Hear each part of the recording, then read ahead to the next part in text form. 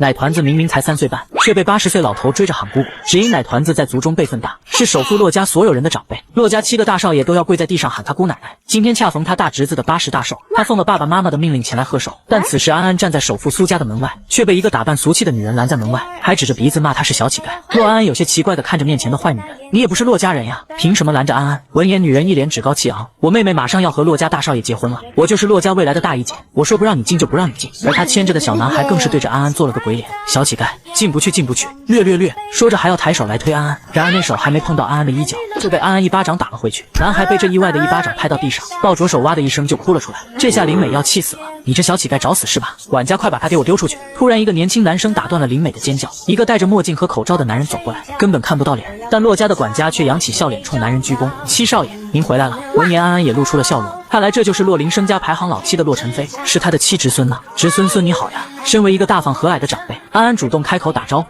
骆晨飞被一声侄孙孙喊得一愣，低头一看，才发现脚边站着个小女孩。他饶有兴致地摘下墨镜和口罩，露出一张精致到过分的脸庞。小家伙，你喊我什么？侄孙孙呀，我是你的小姑奶奶，是来给你爸爸庆祝生日的。说着，安安从包里掏出族谱递给骆晨飞，侄孙孙你看看哦，这上面有我的名字，我叫骆安安。骆晨飞都无语了，这小家伙是不是疯了？就在他想要起身让管家查查这封小孩是哪里来的时候，却见安安又掏出了一块玉佩，那样是跟他爸放在保险箱里的一模一样。难道这小奶团说的是真的？可这也太离谱了吧！这时一旁的林美凑过来，摆出一副亲昵的长辈语气，我说小飞啊，这种脏兮兮的小孩，脑子不清楚是常有的事，你可别被他骗了。谁知骆晨飞却是一脸嫌恶，什么小飞，滚远点，我和你不熟。他不知道这个女人的妹妹是怎么迷惑他大哥的，还要在今天的宴会上宣布订婚。反正他骆晨飞绝对不认这门亲戚。骆晨飞没好气的对完林美，直接抱起骆安安，不管他，你先跟我进去，我让我爸看看这些东西是不是真的。安安点点头，能进去就好了，这样他就可以完成任务，然后回山上去找爸爸妈妈。林美眼见骆晨飞带着安安进了庄园，面容刹那间扭曲，这骆晨飞不过是个3流小明星而已。等妹妹掌控了骆家，他要让骆晨飞给他舔鞋。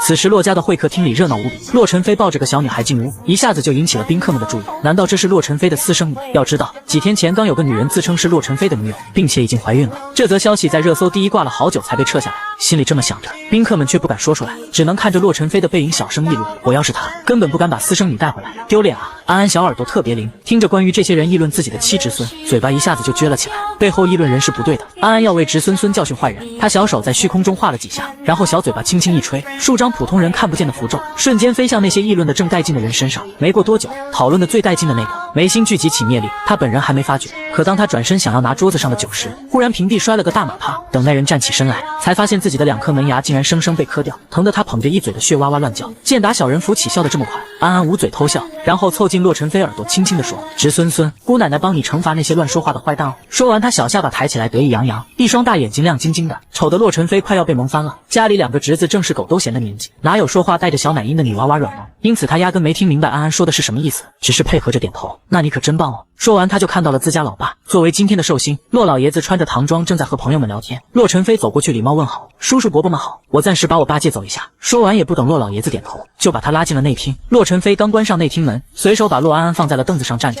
身后立刻响起了骆老爷子的呵斥声，蠢不蠢啊你，就这么在我寿宴的时候把女儿带回家，你是还嫌自己的黑料不够多吗？你知不知道你哥前几天为了给你压热搜花了好几千万。说着说着他忽然就哑火了，盯着安安看的双眼放光，还别说，不愧是老骆家的娃，这小女娃生的不要太好看，生怕吓到小家伙。骆老爷子赶紧换上慈爱的笑容，乖孩子，我是爷爷。谁知安安一听立刻皱起小眉头，不对不对，你不是我爷爷，我是你的安安姑姑。骆老爷子听得一怔，一脚就踹在骆晨飞身上，你看看你，给你孩子教成啥样了？骆晨飞摸摸鼻子正要说话，安安却抢先一步开口，大侄子，你不可以打侄孙孙，安安喜欢侄孙孙。而这时骆晨飞也委屈地爬了起来，大叫冤枉，爸，天地良心，这小孩是我在门口遇到，拿着和您一样的玉佩说是你姑姑。而这会儿安安也把族谱和爸爸给的信给拿了出来，当然还有那块刻着骆字的玉佩。骆老爷子先是接过玉佩小心查看，然后又打开了那封信，仔细查看后，信上确实是小叔公的字迹，逐字逐句阅读完毕。骆老爷子愣了，信上说劫难降临，他的小叔公一家此刻已经全部沉睡，让他们一定要把小姑姑留下来照顾好，还说最近骆家已经被一些阴邪的人盯上，不久后会有一场大劫，小姑姑可以帮助他们度过危机。骆老爷子看着一脸懵懂的小奶团，不由有些心疼，随后便整理了一下衣服，对着桌子上的小奶团子恭恭敬敬的躬身行礼，安安姑姑，大侄子给您见礼。安安笑眯眯的，侄子乖乖哦，这是安安给你带的生日礼物和见面礼。他伸手在小布包里掏呀掏，最后掏出2根破破烂烂的黄色根须。骆老爷子完全看不出是什么，却还是弯着腰伸出双手恭敬的去接礼物。可就在他摸到那须须的一瞬间，身子里就窜进一股强烈的精气，这让骆老爷子面色都红润了一分。烦。安安见洛爷子欣喜又疑惑的状态，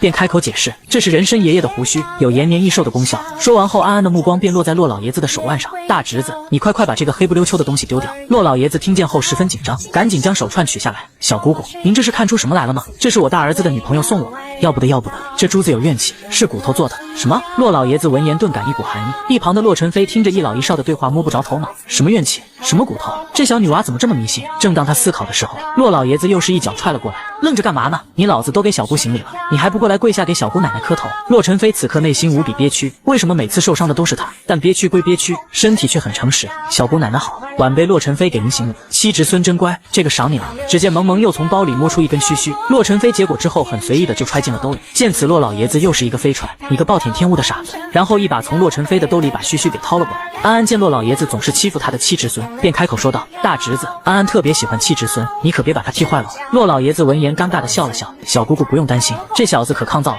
然后又温柔的对着说道：小姑姑您身上有些脏了，我让佣人带您去洗澡换衣服吧。不一会，安安就洗完澡换了一身漂亮的衣服，刚走出浴室，安安就听到又有人给她行礼。小姑姑，侄媳妇给您见礼。行礼的是洛老夫人。安安一看眼睛一亮，奶声奶气的夸赞：啊，侄媳妇好好看，比侄子好看多了。说着小手便伸进小包包里掏见面礼，随后拿出一个绿色手镯递给侄媳妇。洛老夫人看着安安手上的绿色手镯，瞬间愣住了。这个手镯她在一次慈善拍卖会上见过，当时被港城富商以3亿的价格买了去。安安姑姑，这玉镯这么贵重，您还是自己？洛老夫人话还没说完呢，安安直接把玉镯往她手上揣，这个就送给你了。安安家里还有好多呢。洛老夫人被小奶团无意间的炫富惊到，怕玉镯子掉在地上，只能接着。安安看见侄媳妇接了镯子还戴上了，这才开心的笑了。随后洛老夫人便抱着安安去到了宴会现场。安安姑姑，那边那个最高的是您的大侄孙洛尘锦，苏家的家业现在都是他在打理，那边的一家4口是老二一家，他们原本是住在家里的，几天前双胞胎孙子突然吵闹着说家里有鬼，然后就搬了出去住。安安听了一脸认真，那待会儿安安帮你们看看，安安可会打鬼了。这时从门口走进来4个高大俊美的男人，正是洛家的另外4个大少爷。洛老爷子见镊子们都到齐了，想着也是时候让他们认认姑奶奶了。安安看着侄孙孙们也是特别激动，真不愧是安安的侄孙孙，个个都是帅小伙呀。但他没有忘记妈妈的教诲，要做个可爱的小淑女，于是捂着嘴巴挡住一口小白牙偷偷笑。笑着笑着，见七侄孙洛尘飞在跟他挥手，于是他也抬起小手回应，一大一小热烈的互动尽数落在洛尘飞的几个哥哥眼里。自以为掌握了真相的洛家众兄弟纷纷上前斥责起洛尘飞，你说你怎么还真的弄出个私生女啊？这让家里的面子往哪里搁？洛尘飞则摸摸鼻子没有回话，但内心却兴奋极了。现在让你们数落几句，等会可就是我看你们的好戏了。这边宴会角落，林美把儿子的手递给林柔看，柔柔，你一定要帮姐姐教训教训洛尘飞和他的私生女，你看看你侄子都被那个私生女打成什么样了。林柔嫌弃的看了林美一眼，好了别说了，这是洛家，你能不能不要在这里说针对洛家的话？等会老爷子宣布我和陈景的婚事后，我自会为你讨回公道。话音刚落，洛老爷子的声音就响彻整个宴会厅，感谢各位赏脸来给老头子庆生。开宴前老头子有件大喜事要宣布，他看了眼自家的7个崽子，臭小子们，给我都到这边来。台下的林柔听到洛老爷子的话，扬起一抹温柔微笑，准备接受宾客们的目光洗礼。我夫人牵着的小女孩是我们家的。听着洛老爷子后续的话，林柔皱起眉头，怎么回事？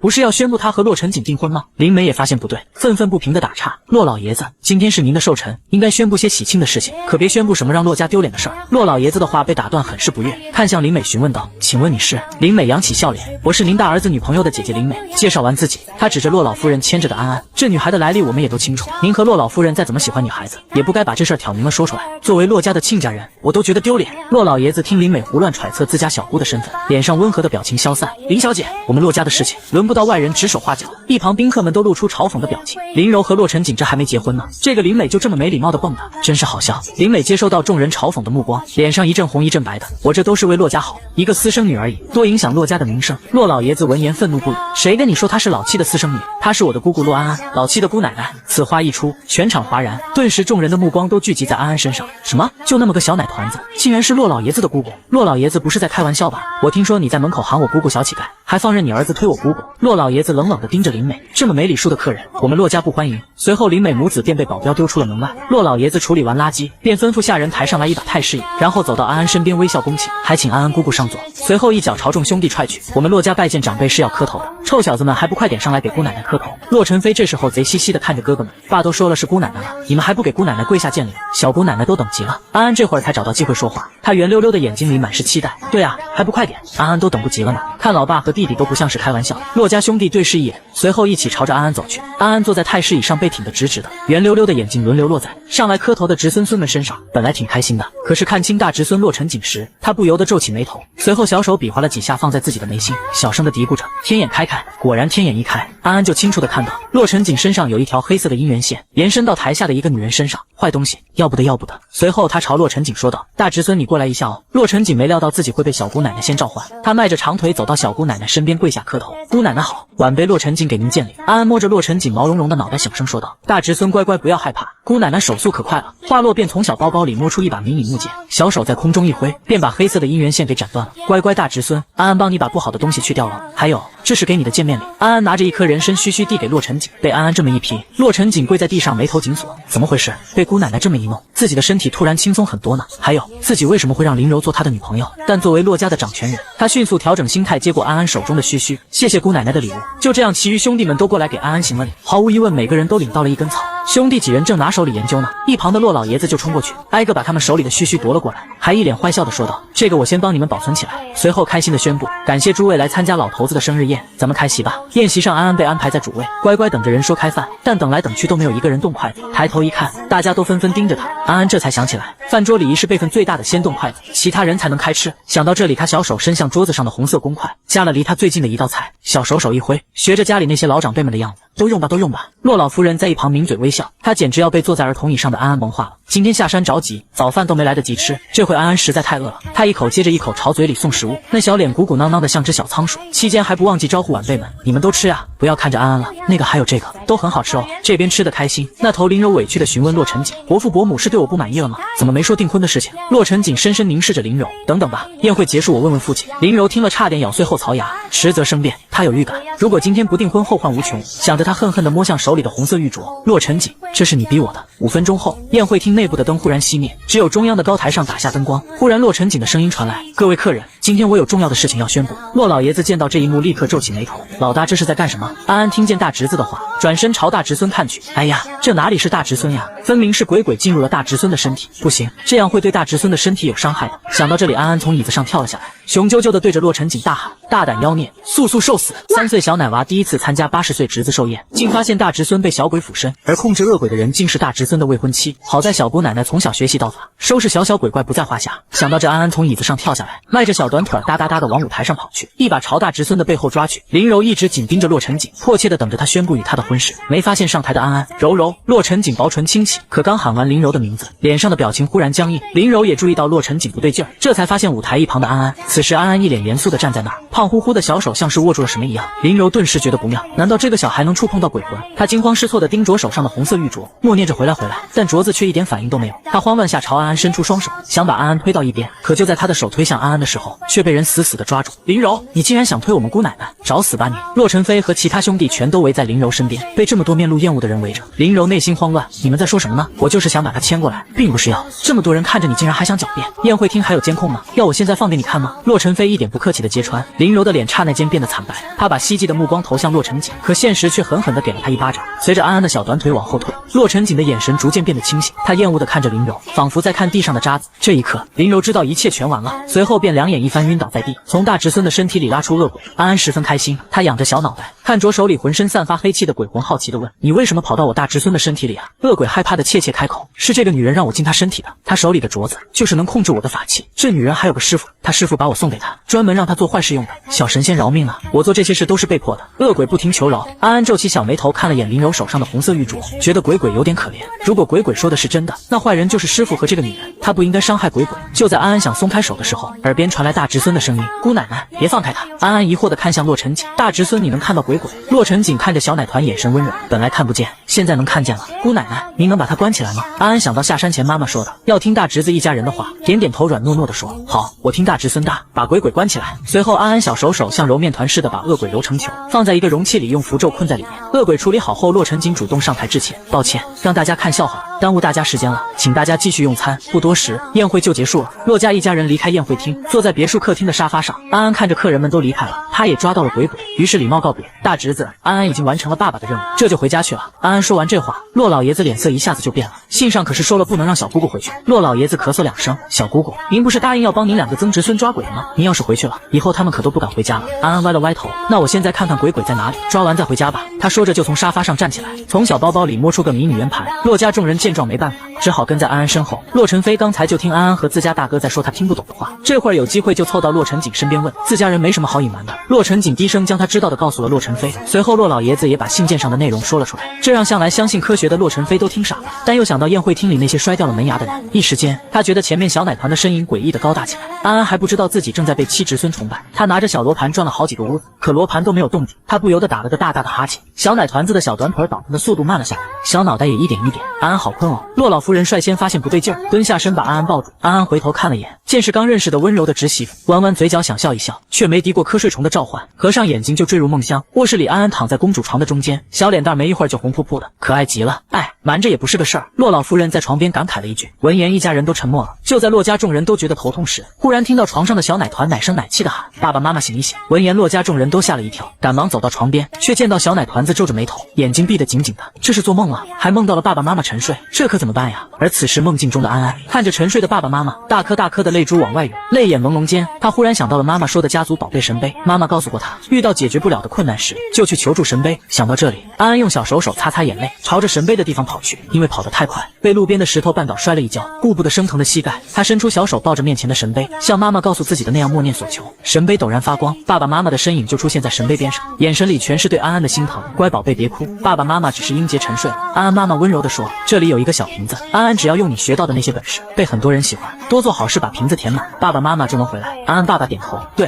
安安乖宝贝，爸爸妈妈在神杯里面等你唤醒了。其实净瓶里的空间无边无际，安安不知道多久才能完成这个任务，他们想着才3岁多点的孩子，担子就这么重。夫妻2人眼角泪水也在不停流淌，这次他们用魂魄与女儿在梦中相见，是祈求神杯得来的现实机会，而现在时间快到了，夫妻俩絮絮叨叨的连忙嘱咐着安安在大侄子家一定要听话，一定要开心。安安却摇摇头哭喊着说，我不要开心，我要爸爸妈妈醒过来。安安哭喊着从睡梦中惊醒，看着手里的白瓷瓶和梦里的那个一模一样，他坐在床边呆呆地盯着瓷瓶，等反应过来，眼泪又簌簌往下掉。骆老夫人醒来，看着小奶团子的一双大眼睛红红的，心疼得不得了，于是他搂着小奶团子也开始掉眼泪。这时骆老爷子进屋，看到的就是自家老婆子和小姑姑抱在一起哭，他想安慰一下他们，可说来说去也只能说别哭别哭，没办法的他只能让管家把家里的臭小子们叫起来想办法。骆家6兄弟进屋，就看见老娘搂着小姑奶奶在床上哭，老爸更是像只猴子一样在旁边踱步。兄弟几个对视一眼，眼里都有心疼，思考着该怎么哄好他们。骆晨飞握握拳，有了，他蹲下冲安安眨眨眼睛，小姑奶奶还记得我吗？安安点点头，看见是他很喜欢的七侄孙，小奶嘤嘤哑地说，记得。骆晨飞扬起一个大大的笑脸，你记得七侄孙？七侄孙真是太高兴了，七侄孙想要小姑奶奶陪他刷牙洗脸吃饭饭，好不好？听到那矫揉做作的吃饭饭，在场笑点低的都有点绷不住，要知道他们家老七那可是酷炫狂拽的性格，哪里用过这么甜的声音哄过人。安安想到妈妈的嘱咐，眨巴眨巴眼睛想把泪水切掉，扁着嘴巴点头，好好。安安陪七侄孙吃饭饭，呜。说到后面，安安忍不住哭出声，他抽抽搭搭的，手里的小瓷瓶捏得紧紧的，爸爸妈妈吃不了饭饭了，呜。骆晨飞也没料到他一句转移注意力的话，小兔子一样的姑奶奶竟然哭得更凶了，他恨不得一拳揍在自己身上。他笨拙的给安安擦眼泪，手指下安安皮肤又凉又粗糙，骆晨飞还从来没有这么慌乱过，他怕自己的手碰得安安更不舒服，柔声安慰道，小姑奶奶可别哭了，你肉嘟嘟的小脸都哭裂了。这一句话说出口，旁边骆老夫人和几兄弟纷纷拿出手机，迅速挑好最好最贵的儿童面霜，至于数量吗？先来1箱用着再说。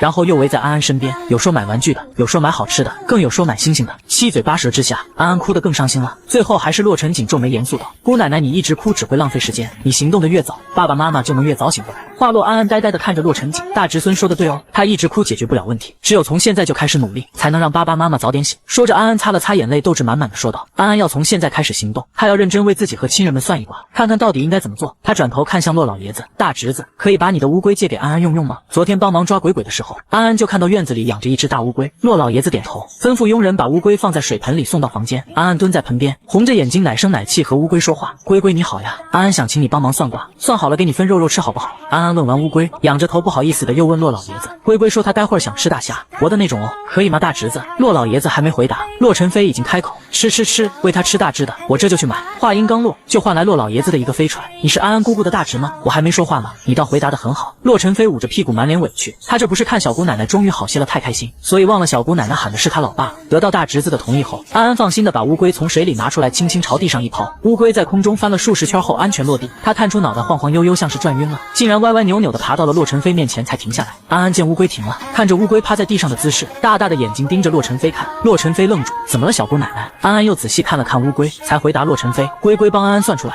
安安跟着你就能救爸爸妈妈，你是不是有事情需要安安帮忙呀？洛尘飞想到娃宗的事儿点点头，我是想请小姑奶奶跟我一起上娃宗。什么是娃宗呀？听到安安问，洛尘飞温柔的给安安解释娃宗的事情。安安听完点头道，那安安要去，安安会努力表现好的。得到消息的节目组立刻官宣洛尘飞带3岁半小女孩上节目的事，一经发布，瞬间官博就被冲爆了。一时间洛尘飞带私生女上节目的谣言满天飞，这也让节目组开心的不得了。有了这个热门话题，还愁节目没收视吗？很快来到了第1期节目的直播，镜头一开，便看见床上睡着2个人，一大一小身上穿着同款的草莓熊短袖睡衣，两人都睡得四仰八叉，压根没感觉到屋子里进了人。看到这个直播间的主角，弹幕内容立刻变成了指责，笑死了，隔壁的已经开始晨跑了，这边怎么还在睡啊？洛纨绔不愧是纨绔，日常肯定是睡到10点再起床的吧？而在一大堆的批评中，也有零星几条综艺粉的好评，这小女孩看着好可爱，洛尘飞看起来也好帅，颜控的我决定待在这里了。这时候屏幕里传来了洛老夫人的声音，老七醒醒，节目开始了。洛老夫人喊了半天，洛尘飞仍然睡得跟猪似的，倒是安安睫毛颤了颤，慢慢睁开了眼睛，看见洛老夫人，她甜甜一笑，小手手揉了揉眼睛，小声说，侄媳妇早安哟，然后又看向黑漆漆的摄像头，挥挥小爪，大家早安呀，我叫洛安安哟。这小孩真的好可爱啊，我怎么感觉有点奇怪，这小孩喊洛尘飞妈妈喊的是侄媳妇吗？洛老夫人见安安都起来了，洛尘飞还趴在床上睡得跟猪一样，皱眉就要拍洛尘飞撅起来的屁股，还没拍下去就被安安拉住，小奶团子搂着洛老夫人的脖子，小声说，七侄孙被鬼吓到了，让他多睡一会儿吧。昨晚他睡得很香的时候，突然被七侄孙打了下脚，醒过来他才看到七侄孙的脑袋上趴着个比他还小的小娃娃，正在吸取他的气运。安安把鬼收完后，给七侄孙画了一张安神符，七侄孙才睡得香的。洛老夫人蹲下身和安安解释，小姑姑，侄媳妇知道您心疼老七，但现在必须起来录节目了。安安听了点了点头，那好吧，那把七侄孙喊起来吧。洛老夫人听到安安同意后，一巴掌就打在了洛尘飞的屁股上，这一巴掌力道十足，疼得洛尘飞哀嚎一声，一把坐起身。被拍醒的洛尘飞整个人都还是懵的，妈你干嘛打我啊？洛老夫人有些无语，你要不要看看那边？洛尘飞一偏头看到直播镜头，他一把从床上起来，撩了把头发，扬起一边唇角，对着镜头笑了下，早啊宝贝们。哟，洛纨绔怎么突然变得这么油腻，真恶心。七侄孙早安呀！突然的小奶音让洛尘飞的油腻 pass 瞬间结束，他薄唇立刻蹲下身，眼神温柔的对安安道，早安小姑奶奶啊！上一秒我还想自戳双目，下一秒我就被洛尘飞的表情圈粉了，这是什么温柔奶爸？真的是奶爸吗？我怎么听到喊的是姑奶奶？安安伸出小手手，该刷牙洗脸啊七侄孙。洛尘飞穿上拖鞋直接把安安抱起来，走了，我们坐飞机去洗脸刷牙。一大一小刷完了牙，又开始洗脸。洗完脸后，洛尘飞从柜子里拿出儿童面霜，给安安擦脸护肤。柜子没关，里面面霜一共有7瓶，每一瓶上都贴着标签，分别是写着洛大侄子和其余侄孙。洛尘飞手里的是七侄孙，高清摄像头下黑字明明白白。正在看直播的洛爷子忽然放下手机，气冲冲地跑了出去。忽然镜头里响起了陌生老人的声音，老七你搞什么？今天是星期一，应该用老子给小姑买的面霜，你居然偷偷用你买的，你是不是欠踢？下一秒，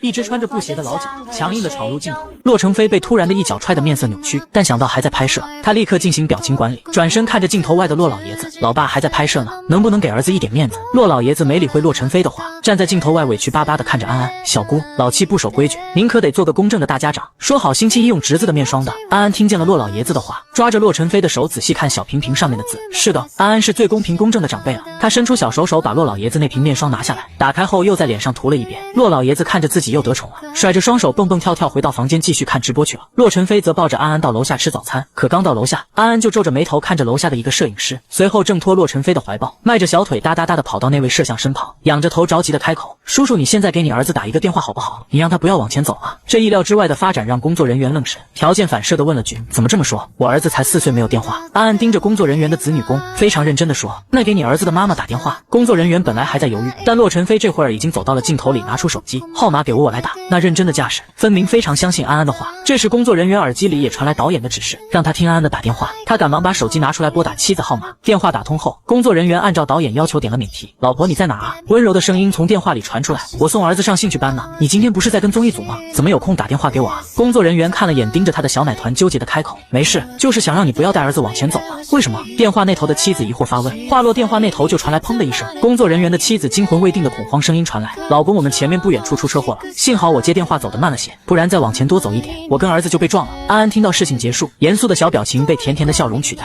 小手手甩了又甩，整个人可可爱爱。安安小朋友，太感谢您了。工作人员安慰完妻子，跟安安道谢，看安安的眼神都满是敬畏。安安笑了笑，没关系，叔叔你上次救了一个小孩，这是你应该有的回报哦。工作人员挠挠头，您连这个都看出来了，您可真是神。3天前他确实抓住了一个想要横穿红灯的小学生，要是慢上1秒，小学生就被撞到了。洛尘飞也是这会儿才知道小姑奶奶还能算命，满脸崇拜，姑奶奶真的好厉害啊。安安被夸得不好意思，摸摸脑袋，谢谢七侄孙夸奖，安安都是从爸爸妈妈那里学的。而另外一个直播间，正在温柔给小男孩剥虾子的影帝秦涛，看着手腕上的红色圆珠手串面露笑意，反正小鬼已经派出去了，他只要等着收获从洛尘飞那里得到气运就行。这次拿到洛尘飞综艺上的气运后，干脆一次性把洛尘飞吸完，就让洛尘飞糊到底，彻底翻不了身。安安和洛尘飞吃完早餐后准备转场，他扭头看工作人员，我们什么时候去坐车呀？安安还有点事情要做，还有30分钟，节目组的车会出现在楼下。工作人员回复安安，好的。安安很快的说完，快步朝书房跑去。摄像头跟着可爱的小奶团来到书房，墙壁上的小柜子里放满了儿童书籍，而还有一个小柜子里面竟然放满了黄纸、朱砂等东西。安安取下朱砂黄纸，拿起笔架上的毛笔，对着黄纸上刷刷刷的画。他要给家里人都送一枚平安符，作为家里的大家长，就算离开家了，也要把家人照顾得好好的才行吧。洛尘飞看安安站在小桌子前，认认真真的画着什么，一时手痒，他也从笔架上拿了支毛笔乱画着。安安画符的时候十分专注，纸上画符有载体，讲究一气呵成，不能分心，所以安安一张小脸特别严肃地板着。不一会，安安一共画了15张符，符纸画出来是要给家人做平安符的。虽然面相上洛家人没有什么危险，不过安安还是决定先准备着，不然就像昨晚他睡着了，七侄孙面相才出问题，被小鬼缠上就不好了。画完符，安安把符纸折成三角形，装进准备好的刺绣小香包里，两只小手手拿着，哒哒哒的往镜头外面跑。洛尘飞还在写字呢，工作人员犹豫了一下，想到安安才是话题中心，于是就举着摄像头跟上去。洛尘飞看到工作人员跟着安安跑了，留在屏幕里的最后一个表情就是吃惊，早上被亲妈打屁股的扭曲，刷牙被亲爹踢屁股憋屈，现在又被工作人员抛弃的震惊，3种情绪完美展现在洛尘飞的脸上。洛家房子特别大，安安拿着护身符，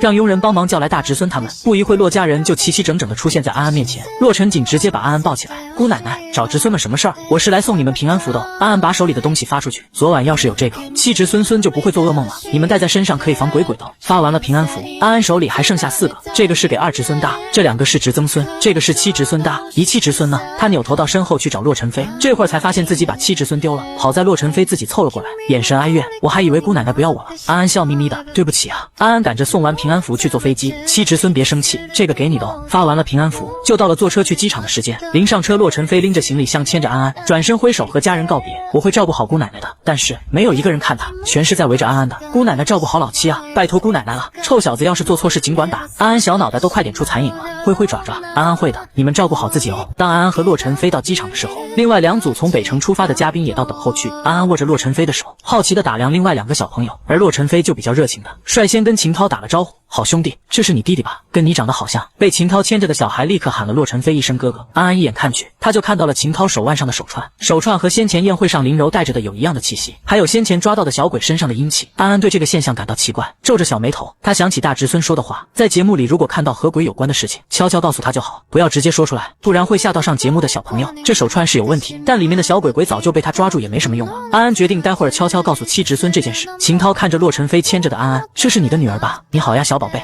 叔叔让哥哥给你带了礼物。说着就让旁边的弟弟拿出礼物来，那是个芭比娃娃。安安没有接芭比娃娃，他歪着头看秦涛，不对哦，7侄孙喊你哥哥的话，你要和7侄孙一起喊我姑奶奶。闻言，秦涛皱眉看向洛尘飞，一脸疑惑，我正准备说这是我姑奶奶。洛尘飞挑眉得意，这下你不担心了吧？我本来就没有私生女。秦涛本来还准备做个对比，让观众看看洛尘飞教出来的小孩就是没礼貌，谁知道这小孩竟然辈分比他还大，这让他怎么喊？他震惊的表情管理都没控制好，你有这么小的姑奶奶？你不是在跟兄弟我开玩笑吧？说完了还凑到洛尘飞耳朵边悄悄说着，还是这是你们家给你出的主意，好让你从私生女风波里出来。说是小声，但其实声音刚好被摄像头捕捉，而且摄像头还凑得更近了，就是想把2个人的说话声录进去。洛尘飞却没在意，他和秦涛在学校就玩得好，也同时被选进剧组拍戏，8年的兄弟，他相信谁害他，秦涛也不会害他。不是，这真的是我姑奶奶。诺，这是亲缘鉴定书。秦涛接过洛尘飞手里的亲缘鉴定，扫了眼依然盯着他看的小女孩，只觉得晦气，这么小的小孩辈分这么高，直接打乱了他的计划，真是可恨。秦涛不爽极了，不过他依然控制好自己的表情，满脸笑意的打招呼，原来是姑奶奶啊，这是我弟弟阿豪，阿豪，快把礼物孝敬给你安安姑奶奶。秦涛的弟弟秦豪今年6岁，听到哥哥这么说，他顺从的拿着礼物递给安安。姑奶奶，这个送给你。他比安安高出一个头，递出芭比娃娃盒子的时候，还一直看着安安，神色里透着好奇。谢谢。安安有礼貌的接过芭比娃娃，小手伸到小包包里摸出一个木头小人，这是安安的回礼哦。这木头人做的还挺可爱的。秦涛心里其实格外的嫌弃，骆家那么有钱，给小孩子准备回礼就是个破木头渣子。他装作珍惜的样子，阿豪这么珍贵的礼物，好好保管，别弄丢了。秦豪还在观察那个小小的木头人，闻言应了一声，就发现木头人有鼻子有眼睛，脸上露出看到稀奇东西的笑容。安安看秦豪不知道怎么玩，从包里又拿出来一个，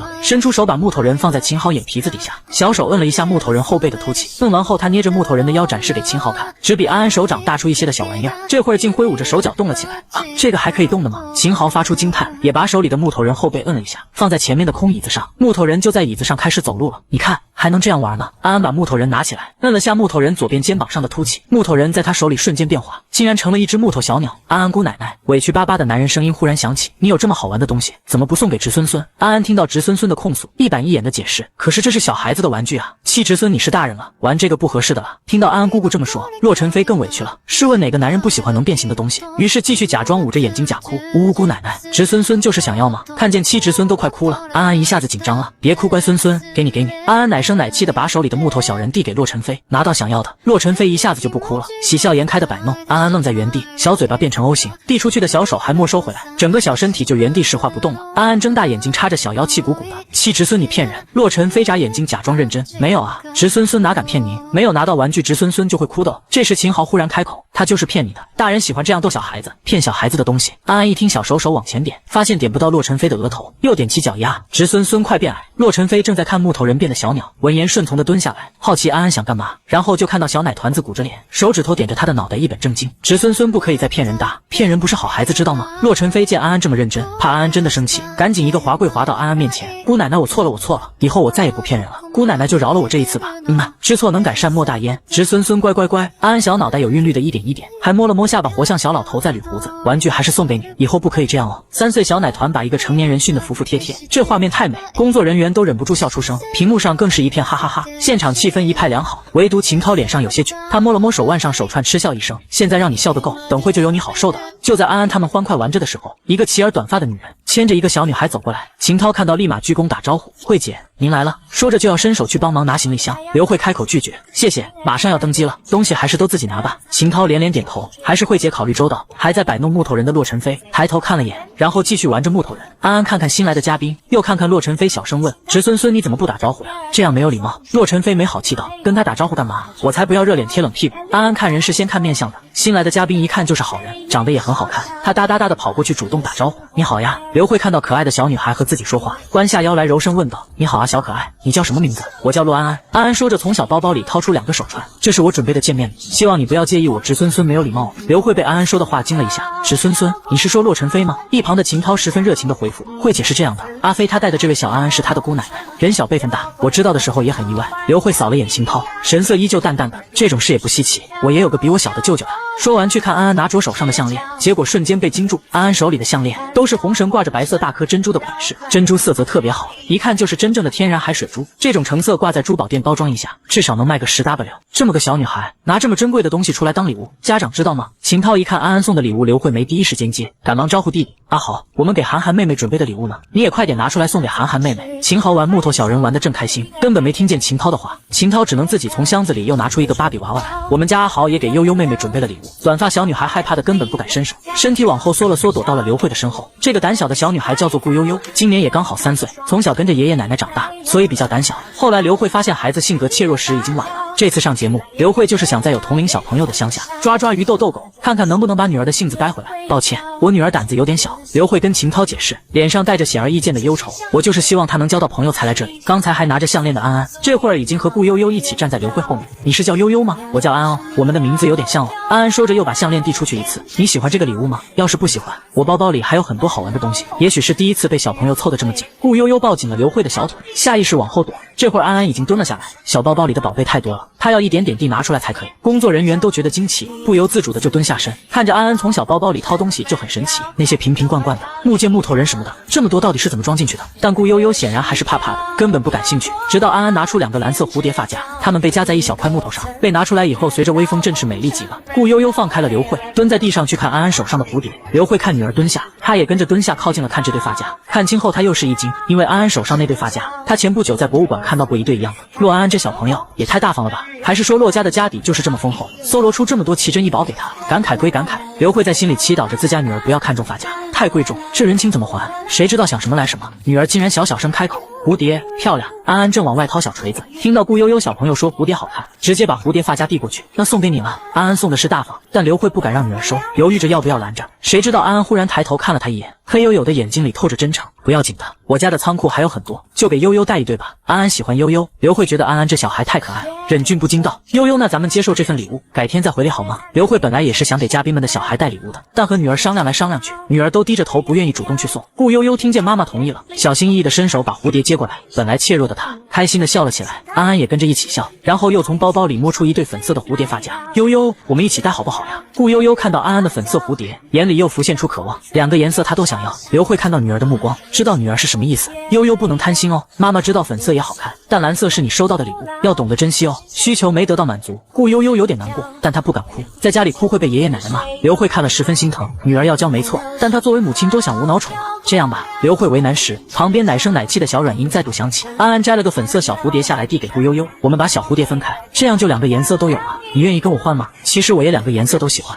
顾悠悠点头，把蓝色小蝴蝶小心的拿下来一个递给安安，换好后迫不及待的说：妈妈带上。安安也要带小蝴蝶，她哒哒哒跑到洛尘飞旁边，侄孙孙快给我带上。洛尘飞看到安安跑回来，很快帮安安戴好了发夹，刚好工作人员说可以登机了，洛尘飞便牵着安安拎行李箱，谁知道安安却没给他牵，跑到顾悠悠那边，回头留下一句话：侄孙孙你都是大人了，你自己走吧，安安要和悠悠一起呢。洛尘飞一脸茫然，小姑奶奶这就把他抛弃了，这合理吗？一上飞机安安就睡着了，等他再醒来，飞机已经降落在小城镇的机场，在这里他们坐上节目组的大巴，等着另外2组嘉宾一起出发。安安牵着悠悠上了大巴车，没一会儿就看见一个身穿红色连衣裙、画着精致妆容的女人，手里拉着个小男孩往车子上面拖，小男孩哭得特别伤心，不要，你放开我，我不要跟你上电视，我要回去找奶奶。女人皱眉，先是看了眼车子上的摄像头，然后换上一副笑眯眯的表情，泽泽乖啊，你看车子上有这么多小朋友，咱们可以跟小朋友玩，多好啊。泽泽泪眼朦胧的看了眼车子里，刚好和安安对视上，安安正好奇的看泽泽呢，他想知道泽泽为什么哭得这么伤心，没想到泽泽看了安安后突然就不哭了，还指着安安说我要和他一起玩，说完就甩开女人的手，直直的朝安安跑过来，靠近安安后他直接就伸手朝安安头顶的小蝴蝶抓过去。洛尘飞一直在关注自家姑奶奶，这会儿看见小男孩的举动，当即就要快步过去，但刚跨出一步手却被秦涛抓住，小孩子们的事儿小孩子自己解决，我们大人不该插手。洛尘飞皱眉，不行，我不能看姑奶奶被欺负，说完甩开秦涛走了过去。这时候泽泽的手已经握住了安安的小蝴蝶，安安也没想到泽泽会这样，怕小蝴蝶被抓坏，他僵着小身体没动，问了句你是想看看我的小蝴蝶吗？泽泽嘿嘿一笑，直接用力把小蝴蝶扯了下来，小蝴蝶夹在头发上，带走了安安一缕头发，痛得他泪眼汪汪的捂着脑袋，你怎么可以扯我的小蝴蝶啊？泽泽做起鬼脸，略就要抢你的小蝴蝶，你来打我啊！说完就想跑，却被洛尘飞拦住去路，手里的蝴蝶也被拿走。洛尘飞拎小鸡似的把小男孩拎回安安身边，给我姑奶奶道歉。泽泽妈见儿子被洛尘飞这样拉着，看了眼直播镜头，笑眯眯的说：你是洛尘飞吧？我是徐薇薇，是你的前辈。小孩子之间打架很正常，本来就该小孩子自己解决，你这么凶我儿子不合适吧？我知道你不是个小气的人，把我儿子放下来，我让我儿子给小妹妹道歉就是了。几句滴水不漏的话，惹得洛尘飞皱眉，开口说是前辈拿辈分压人，又说小孩子打架正常，这时讽刺他小气啊！不行，道歉了我再放开。洛尘飞轻蔑的扫了眼徐薇薇，你管不住你儿子。秦涛也走了过来，陈飞听我的，你先放开孩子，你这样提着他的衣领，他会窒息的。兄弟的面子洛尘飞愿意给，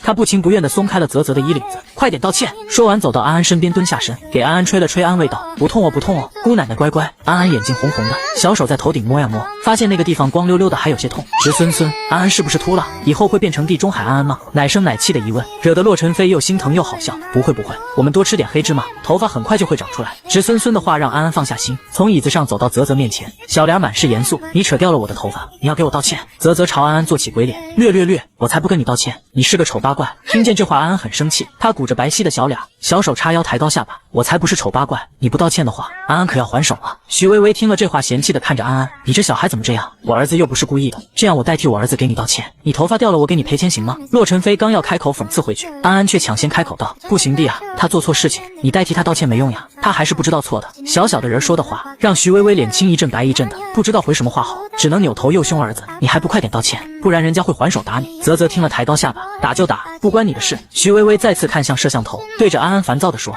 你打吧，我管不了他。安安仔细看了徐薇薇两眼，认真点头，好的，那安安就还手了。说完话，他伸出手去抓住了啧啧的头发，估摸着和他自己掉的头发一样多，然后用力一扯，啧啧的头发也被扯下来一缕，头发被扯下来，啧啧痛傻了，本来还得意的眼神一下子就变成了震惊。安安扯完啧啧的头发，转而看向洛尘飞，七侄孙，我掉的头发呢？洛尘飞也没想到自家小姑奶奶这么彪悍，愣了一会儿才把头发递给安安，那是他从发卡上拿下来的。安安把两缕头发放在左右手，超级认真的跟啧啧说，啧啧你看哦，你扯掉我这么多，我扯掉你这么多，我们扯平了。啧啧看到自己的头发，终于反应过来发生了什么，张开嘴巴哇哇大哭，那声音震耳欲聋。安安捂着小耳朵，小眉头一皱，凑近了啧啧，你很吵哦，你再这样我就要还给你了。他见啧啧没有反应，还在哭，于是踮着脚凑近啧啧耳朵，超级大声的啊了起来。啧啧又蒙住了，停止哭泣，呆呆看着安安，你怎么可以这样？安安抬了抬小下巴，小手叉腰，你可以这样对我，我也可以这样对你，你吵我，我就吵你的哦。说完后，安安忽然想到这里还有好多其他人，他看了一圈人，低着头乖乖巧巧，一副认打认罚的乖巧样子。对不起哦，安安忘记还有你们在了。没事没事。刘慧率先开口，忍着笑意说道，您是小姑奶奶，这是在教训晚辈呢，我们都不介意的。悠悠对不对？悠悠乖乖点头。秦涛听刘慧打圆场了，在娱乐圈素有温柔影帝之称的他，也跟着打圆场。是啊是啊，安安你这样吵是吵了点，但啧啧不哭了。洛尘飞听到好兄弟夸自己姑奶奶，那叫一个开心，咧着嘴露出一口白牙的笑。安安这会儿正在瞅坐在最前面的胡导，那小心翼翼的表情，看得胡导忍不住也笑了出来。小姑奶奶没事儿，您没打扰到我们工作，我们的工作就是拍你们小朋友的各种样子。安安这才放下心，他拍了拍自己的小胸脯，还长长的舒出一口气，然后又看向啧啧，对啧啧笑了笑，你要是想看小蝴蝶，告诉我就可以了，我会给你看的哦。啧啧还在消化安安那句，